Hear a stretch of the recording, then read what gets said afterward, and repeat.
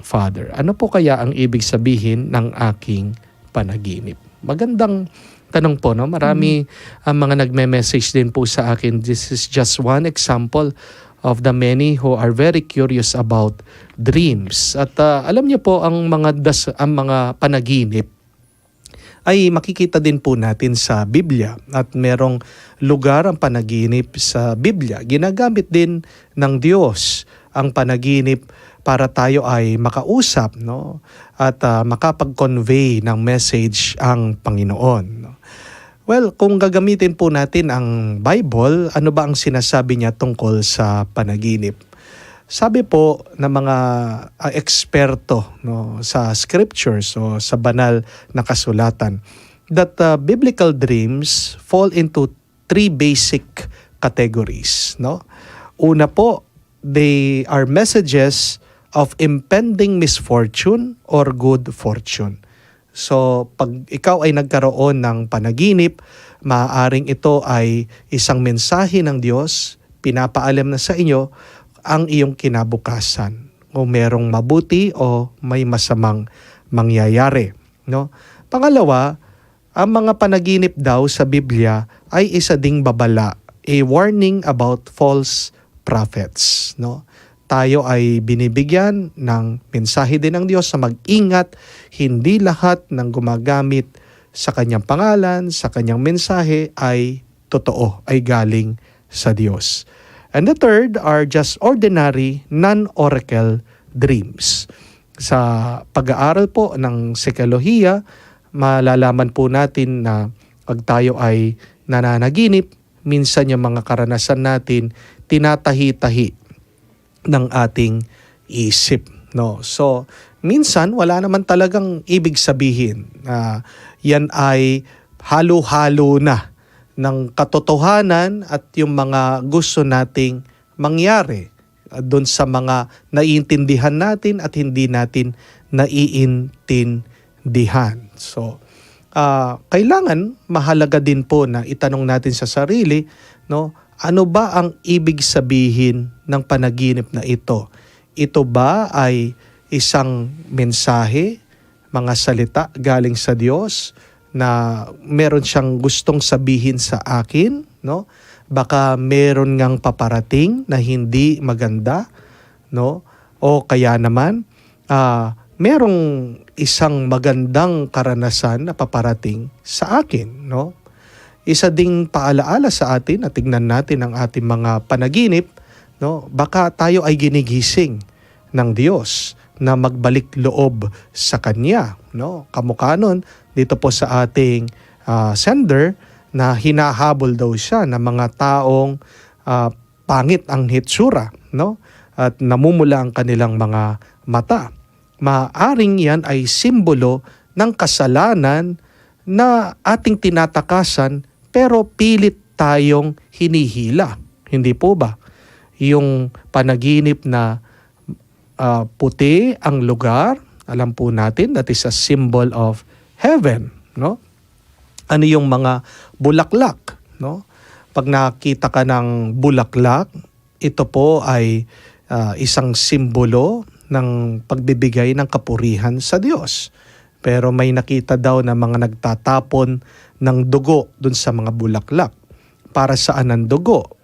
Tandaan po natin sa ating pananampalataya, pag sinabi mong dugo, ito po ay simbolo ng pagsasakripisyo, pag-aalay ng sarili, no?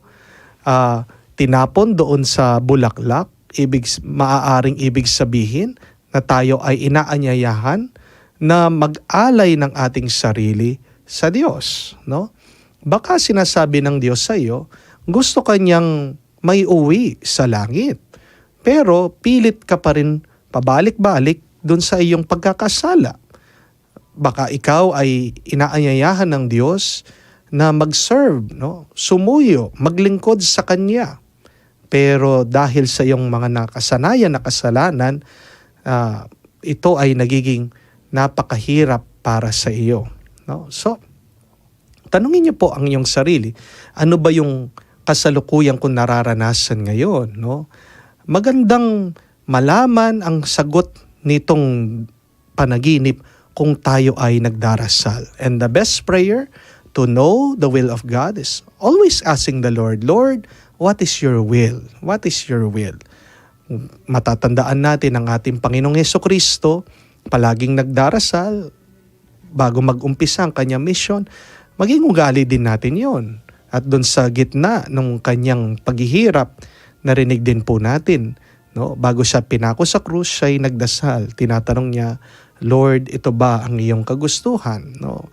Your will be done, sabi niya. No? So, gagamitin ng Diyos ang lahat ng pamamaraan para tayo ay makausap, no? Para ipakita, no? Iparinig at ipaintindi sa atin ang kanyang kagustuhan. So, tanungin niyo po ang inyong sarili.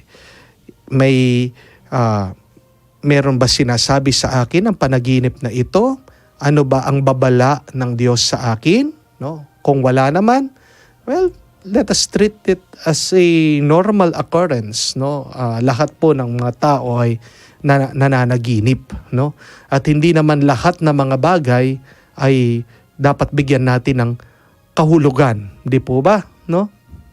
No?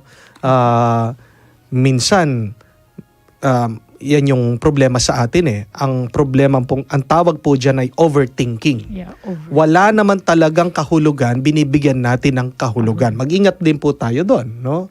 Palagi ko sinasabi ito, kung minsan sa mga kaibigan natin, hindi ka lang pinansin, binibigyan mo ng kahulugan, nagagalit ka.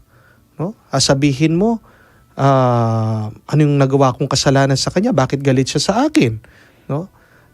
Tatanungin mo naman yung kaibigan mo, bakit hindi kanya pinansin? Anong sagot niya? Nagmamadali, masakit yung tiyan. Naghahanap po ng CR. Yun lang yung dahilan. Di po ba? Baka naman binibigyan natin ng masyadong kahulugan ang lahat-lahat ng bagay. Di po ba? No?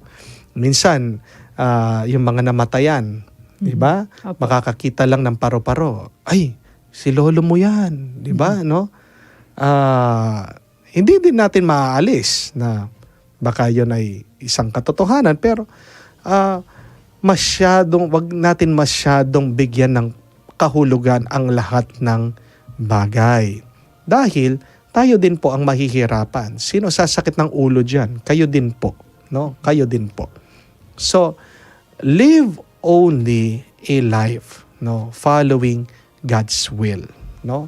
Not your own interpretation, no, only, pero isanggunin nyo din po sa Diyos. Tanungin nyo din po sa Diyos, no? So, pray over your dreams, no, and God will enlighten you. Maraming salamat po sa inyong pagpapadala ng mensahe. Feel at home tayo dito. Enjoy life at Bright FM 91.9. Friends tayo.